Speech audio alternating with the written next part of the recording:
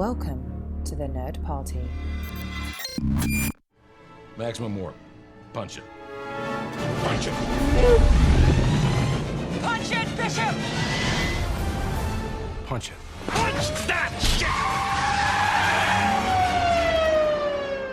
Let's punch it.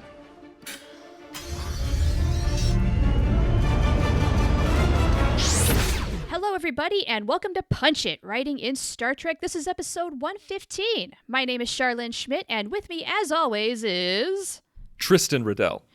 Tristan Riddell, I adore you, sir. Do you know why? Oh, thank you. I it's my hair. You like that little flip that comes up in the front, don't you? You know, I do like your hair. It suits you very well. And hair is a feature that I do pay extra attention to. I'll put it that way. But that's not what we're here to talk about. What we're here to talk about, the reason why I adore you, is the fact that recently we got a note from a longtime listener named Andrew. He said, I appreciate the way you guys interact on this show. You're cooperative, you find ways to meet in the middle, compromise, and build off of what you do rather than argue and fight and try to one-up one another. And he said, that's really refreshing. So Andrew, first off, thank you for sending in that note because it made my day. And it made me realize just what a contrast, like how we naturally interact is just completely different from what you'll find on social media. We don't do this show for like an ego trip, or we're not out to beat one another. We're not declaring a winner. No, this is, I think, something that's lost a lot in our culture is the way you do get things done. The way you construct is you do have to build. You do have to compromise. You do have to kind of bounce back and forth. And I appreciate that. So thank you. Yes, thank you so much, Andrew. You always send us such nice emails, and it's so great to hear from you as well as everybody else who has been sending us emails. We really do appreciate the listener contact. Char, you and I have known each other for a long time now, and it's interesting because we don't try to shout each other down. We're not trying to one-up each other. We're not trying to prove that the other person is right. I mean, we disagree all the time. We disagree constantly, but that's just because we have different tastes and likes and things like that. But in terms of being co-hosts, we never try to put each other down. We never belittle each other. And it's because we're friends first and co-hosts seconds. And yes, it's something that I want to say can be rare online and in other shows. And I mean, there are times when we will, for funny effect, we'll start yelling at each other or like blow things out of proportions. But it's really just for the joke. Yeah, it's not real at all. We're doing it for a little bit of a laugh. Mm-hmm. And it just goes to show that you can have civilized conversation while disagreeing, but at the same time, like when you're creating something with each other, like when you're trying to build something, whether it's a story or an idea, there's a reason why we do the show together and why it's 50% on everything is because we trust each other and trust each other's opinions. Most definitely. It's a very basic thing, but it means a lot that our friendship is built on mutual respect and admiration for one another. And if that comes through on the podcast, I'm really happy about that. So speaking of a podcast, what are we talking about today? Well, what was kind of fun is when we were coming up with the topic for this podcast, the very thing that makes us work, this very thing that we were just talking about was in play as we came up with this topic. I proposed an idea, and my idea was, what if we put two characters we never saw on screen together? How would that look? Would they like each other? Would they hate each other? How would that dynamic work? And how would we get them there? You took that and you added a little twist. Why don't you tell everybody what that is? I jokingly said, everybody's in the Nexus. Let's just put everybody in the Nexus. And I said, oh my God, it'd be a free-for-all. Let's do that. And so, bam, that is the topic for our show. Everybody's in the Nexus. The Nexus has gone crazy. It has enveloped everybody. And now we're going to put some unlikely pairs together and see what they're going to do while they're in the Nexus. I think this is going to be a lot of fun. It will be silly. It'll course. Be silly. It'll be interesting. It'll be dynamic. It'll just be a way to get everybody in a metaphorical room together. Yeah. And I just really want to see like what cliques are created and who tries to stay away from each other. What crazy adventures would they go on? Because it's literally limitless. It's the Nexus. Right. So everybody from every incarnation of Trek, they're in the Nexus. Where do we want to start? Do you have an immediate thought as to who you want to see interacting together. Okay, so like, do we want to establish like who's interacting with each other, or do we want to try to get them to the Nexus, or do we just say that's immaterial? They're just in the Nexus. They're just in the Nexus. That way we don't Okay. have to deal with kind of like the backstory of how it happened. No, just the Nexus injected itself with some serious steroids and went about the galaxy just wild and took everybody. Okay. Okay. Across time, across space, everything. We don't even need to worry about timey-wimey, which is what makes this topic so much fun. We don't have to worry about the dynamics of how we're going to get these people together. They just are. Okay. So essentially, everybody's dead and in heaven. How like how do Living they in interact paradise. with each other? Yeah, they're living in paradise. So okay. So it's just these characters, like no one else. Like it's just these people, just the main characters that we know about from the incarnations of Trek. Yes, the characters we All right. already know and love. So you immediately think about a captain's round table. Do you remember like when they did that novel series or like Oh, that book yeah. a while back? Uh-huh. That's immediately where my brain went. Is like you see Sisko, Picard, Kirk, Janeway, Archer, and I guess you want to say Burnham? Well, that's just the issue. I mean, are we going to get Lorca and Pike in there? Are they really all going to work together? I think, let's say that it's the season 3 crew of Discovery.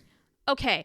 And in which case, we don't know for sure who the captain is going to be. But you know what? I want to put Saru in there. Because he will feel...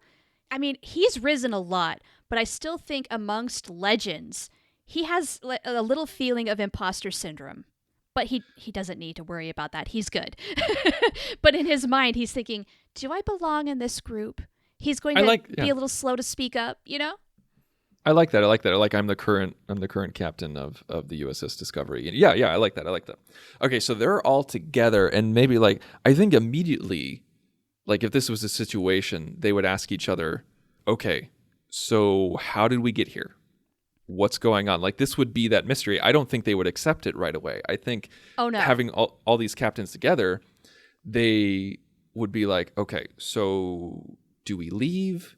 Do we stay? Or do we, what's the difference? What's the matter? But I think, actually, you know what? I'm clinging so hard to story structure here that I can't just get into the sandbox and play. Do we want to try to get out of that story structure and say like, you know, if this is really going to be a free-for-all, let's just throw caution to the wind.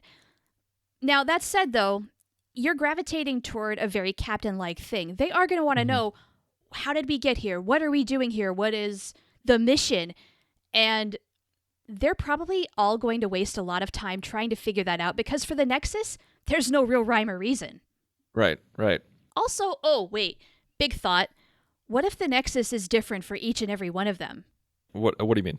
Well, okay, you know how like when Kirk was in the Nexus, it was his cabin with Antonia, and then for Picard, it was like a Christmas scene with a big family that he never had.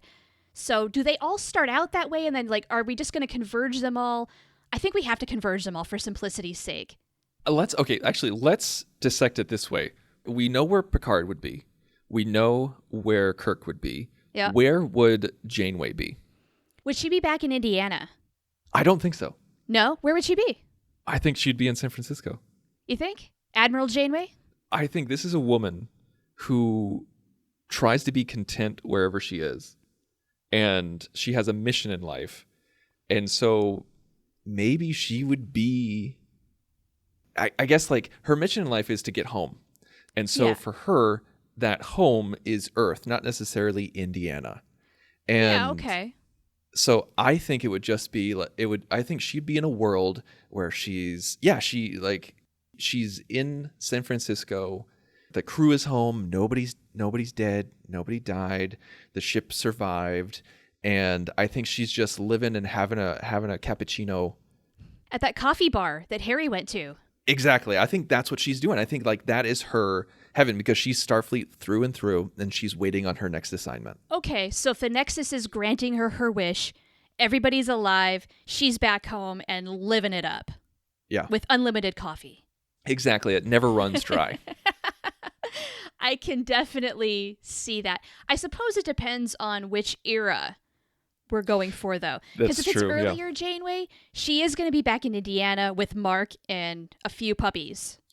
Ooh, Sort yeah. of like I'm thinking persistence of vision. But if we're going for a season 5 or a season 7 Janeway, yeah. That's what I'm thinking, like a season 5 Janeway. That's exactly what I was thinking Okay, of. in which case, then, your interpretation is 100% correct.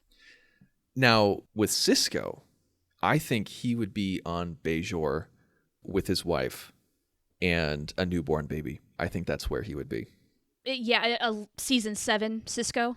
Yeah, season 7 Sisko, I think he would be, because in season 7, he said, or it might have been season 6, he said that he'll go wherever Starfleet sends him. Like if he's on a ship or if on another station or back on Earth, he'll go wherever he needs to go. But home for him is Bajor. It's now Bajor, and he would definitely want to be around raising his young son.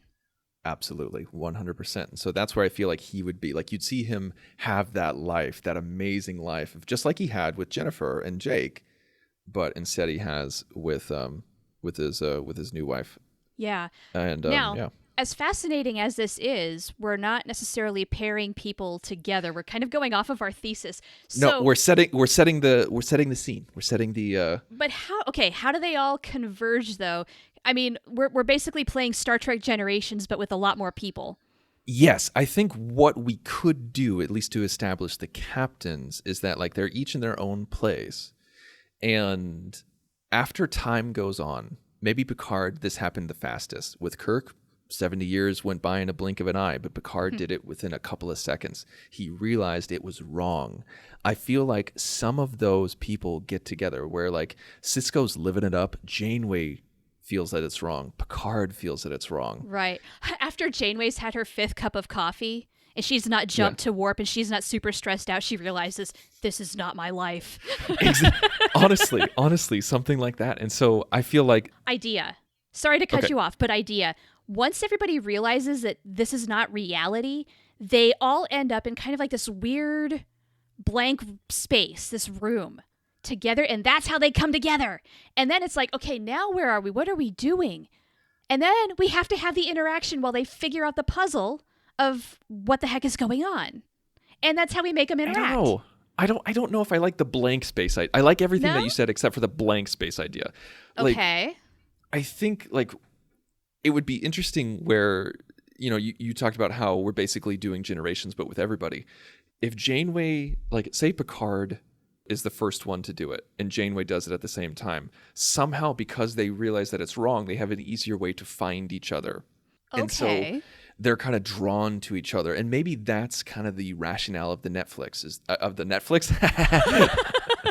the Nexus. I was wondering if that was going to happen. Is that like if you are aware that something's wrong, you're somehow drawn to each other. You find each other in a specific type of way. And so Janeway and Picard find each other. We're like, Picard's like, okay, what do I do? Where do I go? Okay, well, I'll go back to San Francisco. That's what I'm going to do. And so he imagines himself in San Francisco. And then Janeway sees Picard and goes like, hey, whoa, where'd you just come from? Or something like that. Okay. All right, that would be kind of cool. So we have now paired Janeway and Picard. Now we have seen them on screen together-ish. She was on a view screen, but nevertheless, that happened. These two are going to now... I have a feeling they're so determined. They've got to figure out what's going on and how do we get ourselves out of this? I feel like that's their mission now. 100%. I think we've gone back and forth on not doing a story, doing the sandbox, and now we're back to our roots because we're storytellers. We're so ingrained, yeah. Yeah. So I think with Picard and Janeway, they're like, okay, let's figure out how we got here. And she says, like, what year is it for you?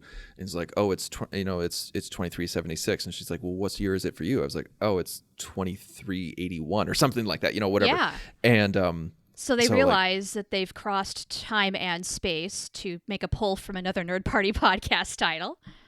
And they say that like, okay, well, Picard goes, well, I was on Viridian 3 and this happened, and Janeway's like, well, I was in the Delta Quadrant and this happened, or something like, or maybe we make it different for Picard so it doesn't involve Viridian 3. Maybe it's something else. I don't know. But they all say like, okay, we were on a mission doing X.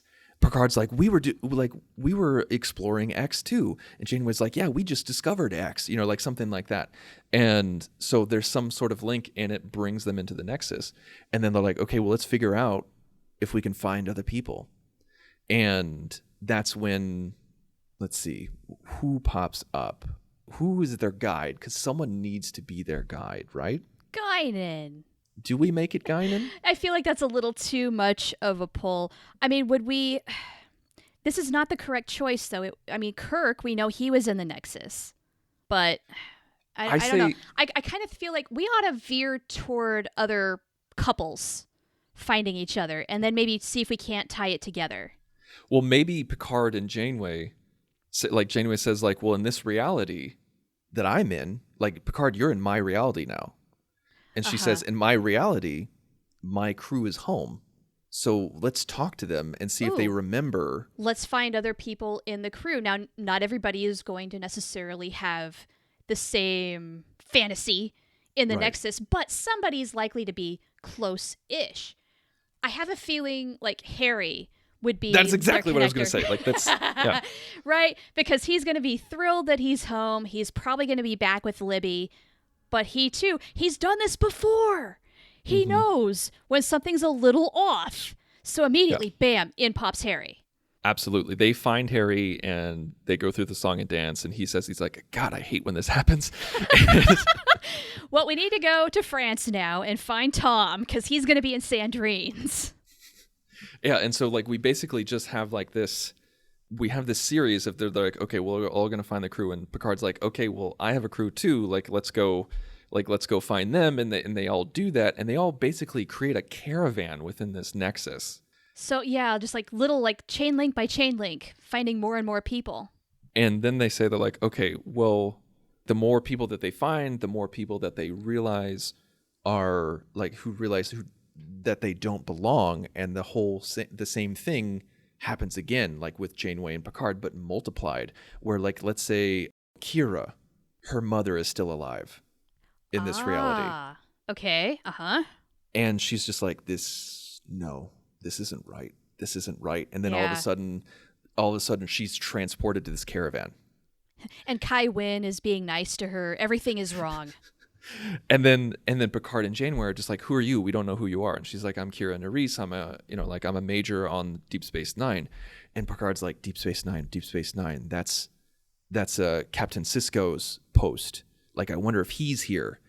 And they try to find a way. And they say, like, and they said, Major, where would he be? And she says, well, he would probably be on Bajor like I was. Yeah. And then they go to Bajor. Then bam, they're in Bajor. And so, and I think Captain Sisko is like Captain Kirk, where he's like, nope, this is great. Yeah, there are going to be some people who just think, this is awesome. Because I was thinking, what would Sylvia Tilly be doing? And I have a proposal. She and Kelvin versus Kirk, they're just going to get it on with a beer pong game. They're going to be there together, and they're like, let's have a party. Let's get some music going. Let's get some drinks in us. Let's have a good time. This is everything I could possibly want it to be. And so they're busy for a while. They're going to show up to the party a little late and a little buzzed. I like that idea, except for Kelvinverse. I think we should keep Kelvinverse out of it.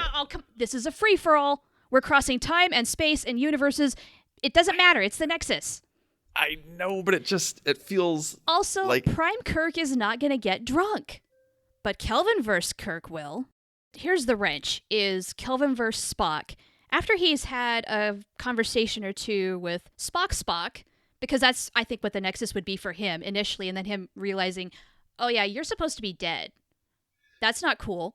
That's the thing. I don't really want to deal with doppelgangers. Like, that's the thing. Like, I don't want multiple versions of multiple people, because then we have to bring up multiple... Like, it's already crazy complicated. Let's just stick to the Prime universe. Oh, fine. Okay, so... They go to Sisko, and like, I think they kind of, maybe Picard and Janeway, they leave the caravan behind. They're just like, okay, everybody stay in this kind of reality. Just think about this Hawaiian waterfall, and just stay here. And so they go to Bajor, and maybe they take Kira with them. Okay, yeah.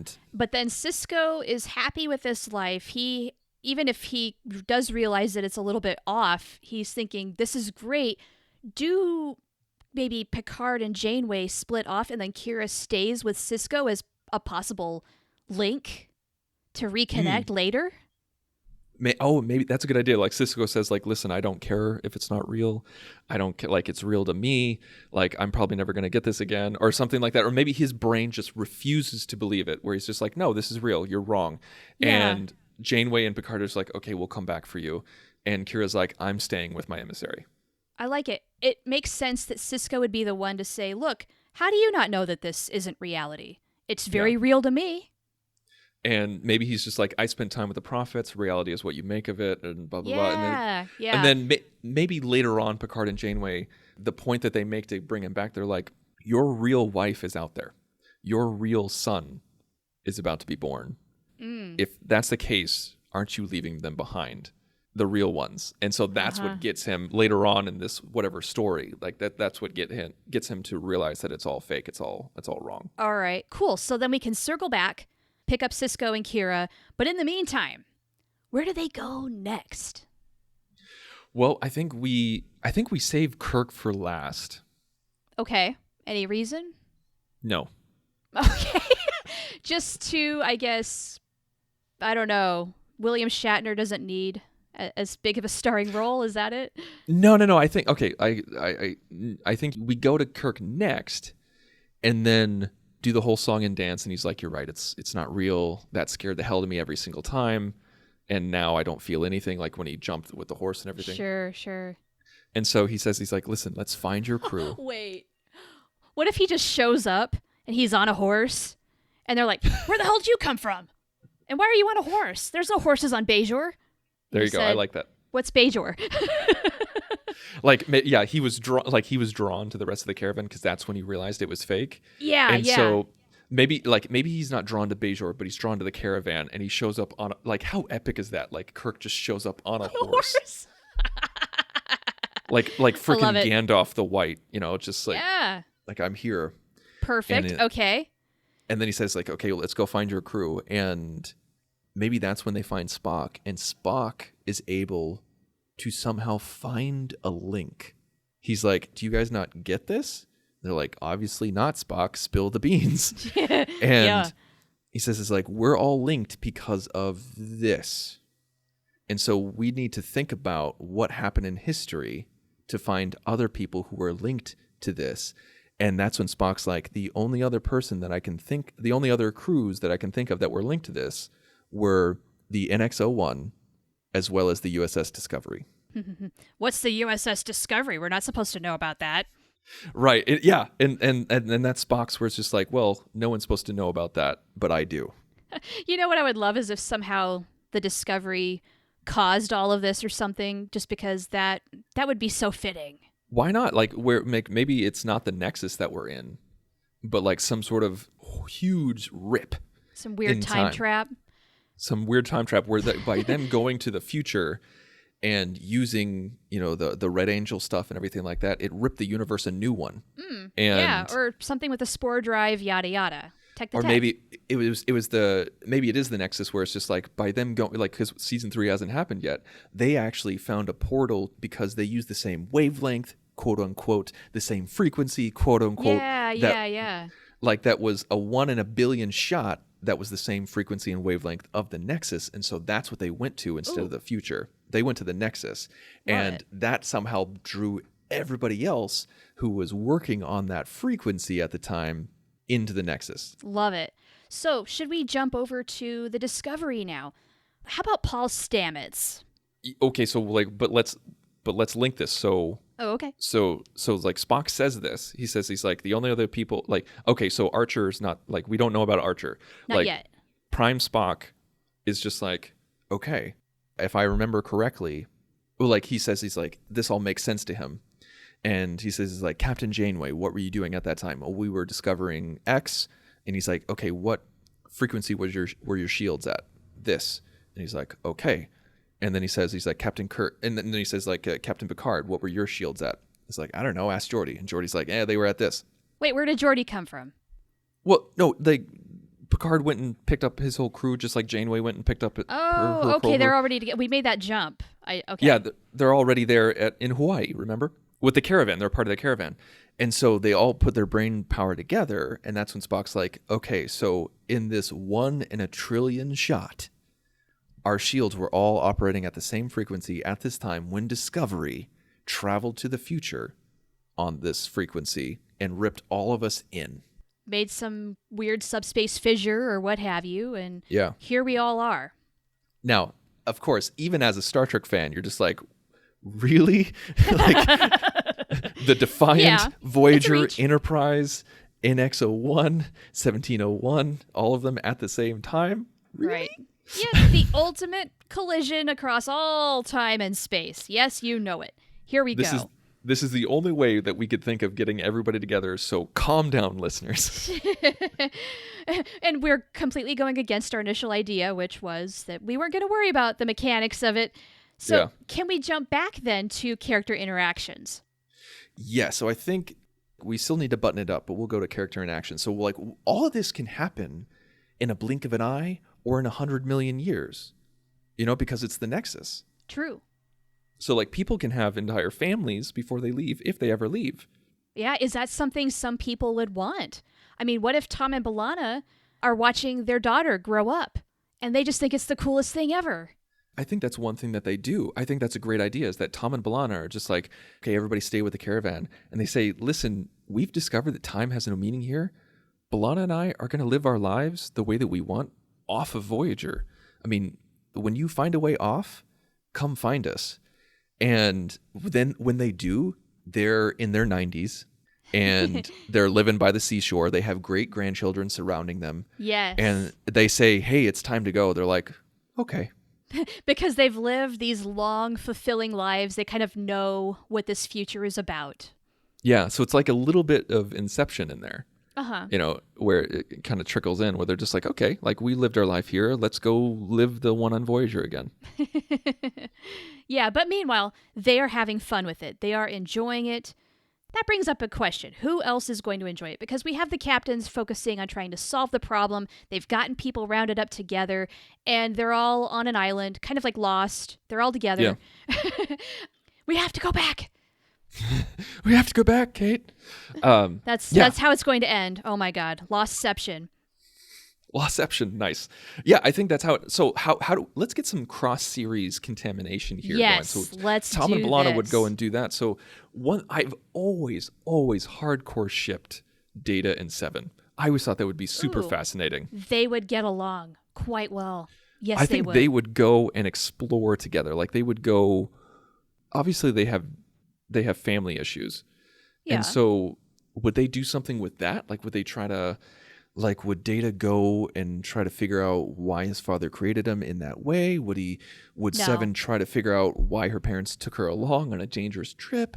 Or what do they do together? Honestly, I think the most basic thing for them is they have a mutual interest in exploring their humanity.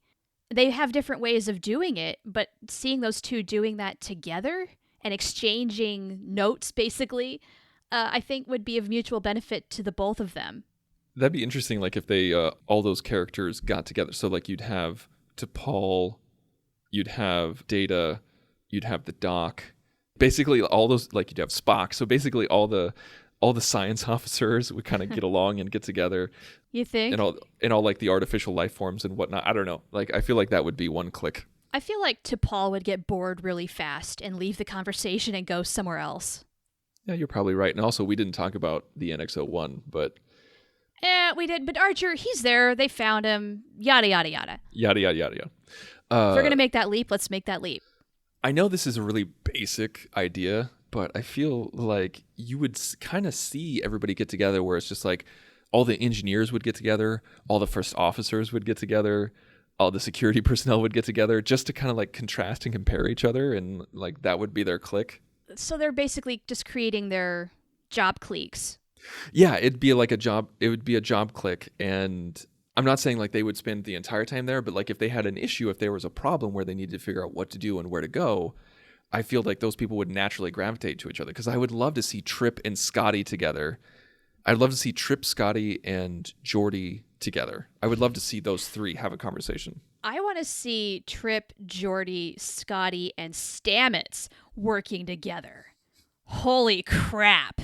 There's going to be a lot of, no, my way. I think that would be towards the end of our story where they need to find the discovery. They find the NX-01, like that's the last leg. They're like, okay, we found the NX-01.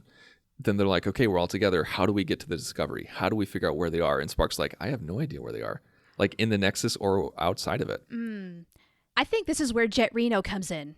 Ooh. She's going to find a way to make a call out and hone everybody back to discovery. I like that. She duct tapes something. I don't know. But let's get back to clicks and interactions. Yes. I like that the captains they're working on the problem. Is everybody else working on the problem, or are they enjoying themselves? I think it's a little mixture of both. You've got some people who maybe are going to play around for a little bit, but then get serious. You're going to have people who are living in denial, like Cisco. And then you're going to have people who, like the captains, realize this is a construct. This is an artificial creation. How do we get out of this? What about characters like Uhura or Chekhov or Sulu? Do you suppose they're going to get a little carried away in the fantasy for a little bit, or do you think they're going to be on the more serious side? I think they're going to get carried away. I think so too. Because like if anything that we've seen in TOS is that like whenever there's something like this that happens on the ship, everybody gets carried away except for Spock. Yeah, they all get kind of wound into it, and maybe, I don't know, would it be kind of fun? I almost said, should we have them together, but we're trying to contrast with other people that we haven't seen on screen together. So who could we bring together? Like, if we want to do the departmental thing, do we have Uhura and Hoshi having a heyday? Maybe they're having a sing-off. I don't know. I think it would be really interesting to see Uhura find Hoshi and just have straight up hero worship, where she's just like, oh my God, you're Hoshi Sato. You do not understand how much I know about you. I know everything you've done. I've read all of your biographies, like that kind of thing. Okay, so a little bit of hero worship. I love it. So then Hoshi's taken aback a little bit. Who are you and how do you know me and why? Like, you developed the UT, like you did this. Right. Yeah. And then they can just totally geek out on languages. And oh my gosh, they would have a lot of fun. Yeah. I would love to see, people are going to hate me for this, Uh-oh. but I would love to see Scotty and Uhura. I know this isn't cross-contamination, but I'd love to see Scotty and Uhura. I'd love to see TOS movie-aged people. And so I would love to see Scotty and Uhura as TOS movie age. So they're retirement age. And Scotty's just like, do you want to try this? And Uhura's like, yeah, I really do. And then all of a sudden we see them in TOS 60s era, like original series era, where they're younger. And they live a life together, kind of like Tom and B'Elanna. I've always loved the two of them together, and I know not everybody does. No, I kind of ship them, but not really. I mean, maybe if there'd have been more of a kinship earlier on, I'd be on board for it. But yeah, it just sort of seemed to come out of nowhere and like, really? These two? I get it. Scotty's married to the Enterprise. We know that. I get it. I really do. But what if they had started sooner? Now, that would be interesting. So then we could see them building a life. Do they stay on the Enterprise? I think they have to. Are they going to be the pioneers of this idea that maybe there should be families on starships? Because ultimately, that's kind of a part of people's lives. And if you're going to serve in space, maybe that's a concession you have to make. Yeah. See, I love that. So that would be kind of cool. Sure. Okay. Who else can we pair up? What would be a lot of fun? Who's going to really hate each other? Ooh, yeah. I don't know why I immediately went to people hating on each other. I guess just because it would be fun to watch them argue. Let's see. Like somebody who's fast and loose with the Prime Directive and someone who's really a stickler for it. But then you're dealing with the captains and... Yeah, maybe we don't go there. What about medical officers? Let's see. McCoy... I think you'd have a little bit of hero worship in the reverse direction, where you'd have the Doc hero worship McCoy. Oh, and McCoy's not going to be really digging on him too much because he's a hologram. Yeah, McCoy doesn't trust the Doc because he doesn't understand him. Okay, so is the Doctor trying really hard to prove his worth to McCoy and show off a little bit, and McCoy is not having it? Yeah, I think so. Like, go back and play with your robot friend. And he even says, "Why are you even here? Aren't we in heaven, boy? You don't have no soul," something like that. Oh, wow, getting really down to the heart of the matter, huh? Yeah. But we do need to have a McCoy moment where he has that sort of dialogue. My God, man! Yeah, you have to. You have to. You have to. I don't think Chakotay and Riker would like each other. No. The bitter hatred would be under the tongue, but so apparent. It'd be there. It'd be there. That would be cool, because if the first officers aren't necessarily working together, there's a little bit of a problem. I love pig-headed Riker. I really do. Like I love Riker in Best of Both Worlds, like when he's getting after Shelby and everything like that. And I think Chakotay is defensive of Janeway. Like maybe Riker is a little short with Janeway on a few of her ideas, and Chakotay's like, "Hey, buddy, how about you watch it?" And lo and behold, Chakotay does not know that Riker and Janeway had an ill-fated date way back in the day. Or maybe he does find out and he gets a little jealous. And so he's the one who kind of treats Riker a little weird. Yeah, he finds out in this story, and it pisses him off. Like, you? Ew. Like this guy, the guy with the beard? Wow, that never would have worked. Yeah, he gives Catherine a little bit of flack on that too. I love it. You have poor taste if that's who you were going for. And then, like, Riker is just like, who is this guy? And, like, why is he judging me? And Troy's like, why does it matter? And then Janeway, he is my first officer. What of it? Meanwhile, slugging coffee. Now, right. T'Pol is going to be that person who injects a little bit of reality into the situation. She's going to give the straight talk, have the straight lines. I think she could have some comedic value in that based on who she's interjecting with. I think it's very obvious, but I think Tuvok and T'Pol would be an interesting pair. I don't know if they would get together. I'm not saying get together. I don't think they would get along with Spock, but I do think Tuvok and T'Pol would get along. I do. You think, okay, yeah, that's my problem with that whole idea, is they would get along too well.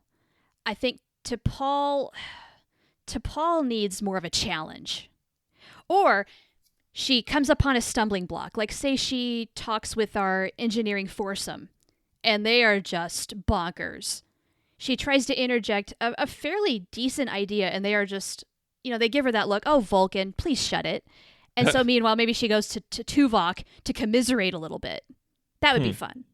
Yeah, just, why not? Humans. Am I right? Let's get speciest while we're at it.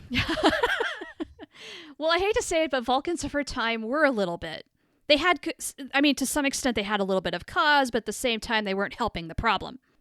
I feel like once you bring Archer into the mix, like into the captain mix, yeah, he's a little bit of even more so than Kirk, like he's a little bit of a loose cannon is what the term I'm thinking of. Like, agreed. Yes. Like he's kind of like, well, we got to get out of here. Like, let's, what is this? They're messing with our minds. So then he immediately goes into angry Archer mode. Right. He's just constant angry Archer mode. And meanwhile, like, Porthos has had puppies. It's all messed up. Mm-hmm. We're converging Genesis into this now. It's really mental. So I feel like we're running out of time here. So I think we need to wrap up some things. Unfortunately. God, we can do this all day, too. We haven't even begun with the pairings here. I feel like, this has definitely become more of a story of how everybody got to the Nexus and how they get out, as opposed to what kind of pairings would it be? Yeah. So I think I love your idea of Jet Reno kind of be the thing where, like, she's the one who realizes that things are wrong. Maybe she's the only one on the Discovery who realizes that things are off. And so she's drawn to the caravan and she's just like, okay, guys, I think I know what happened. And side idea.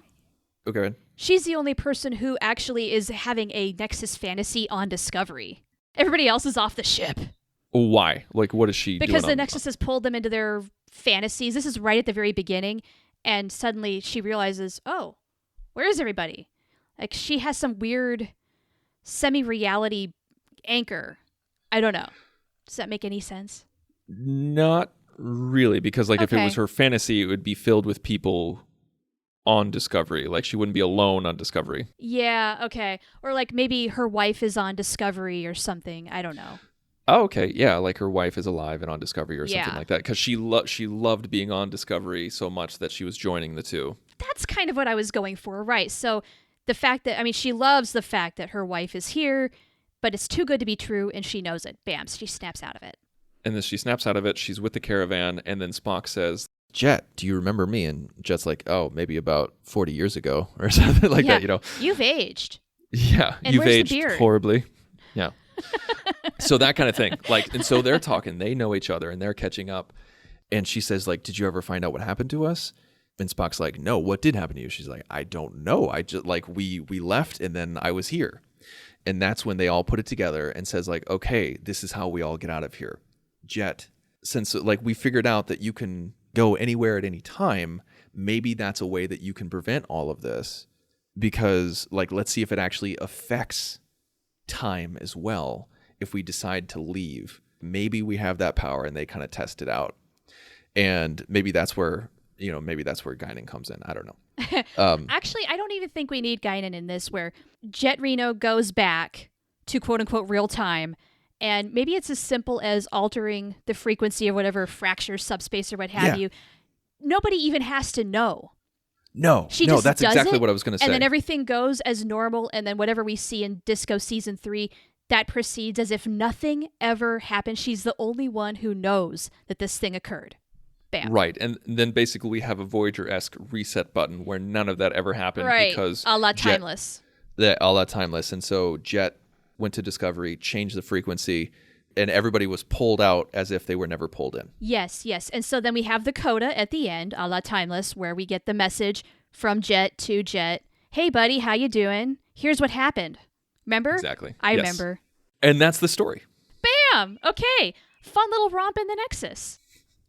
There you go, folks. It wasn't exactly what we thought it was going to be, but that happens all the time on Punch It because you never know what is going to happen. The only constant is change. So thank you very much for listening. Make sure to go to thenerdparty.com for all of our backlogged episodes and all of our other shows. We got Star Wars shows, other Star Trek shows. We got a Doctor Who show, a Harry Potter show. We got so many different things coming at you every single day of the week, so make sure to check it out.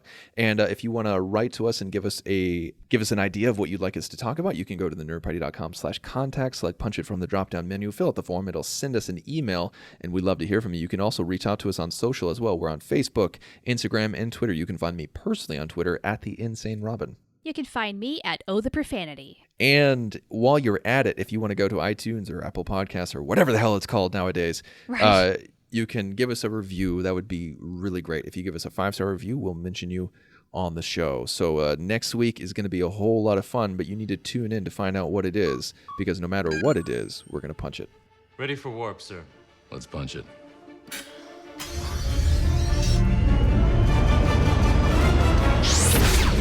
Join the revolution. Join the Nerd Party.